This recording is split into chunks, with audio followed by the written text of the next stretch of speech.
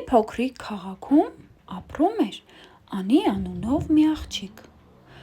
Անին չէր ուզում ոչինչ ուտել։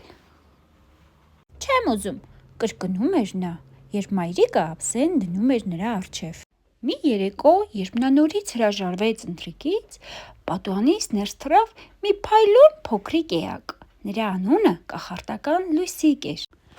«Բարև, Անի», ասաց Լույսիկը, «ես ուժի փոքրիկ օգնականն եմ»։ «Գիտես, որտեղից է ուժը գալիս»։ «Խաղերից», պատասխանեց Անին։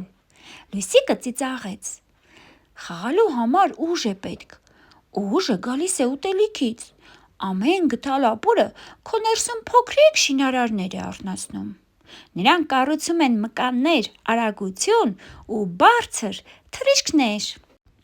Անին մի փոքր զարմացավ։ «Իսկ գազա՞րը»։ «Գազերը աչքերին է օգնում, որ լավ տեսնես»։ «Իսկ ապուրը»։ «Ապուրը քեզ տաքացնում ու պաշտպանում է»։ Անին փորձեց մեկ գթալ, հետո մեկ այլ գթալ։ «Ես զգում եմ, որ օժեղանում եմ»։ Լույսիկը ժպտաց ու կամաց անհետացավ։ Այդ օրվանից Անին հասկացավ, որ ուտելը պարտականություն չէ։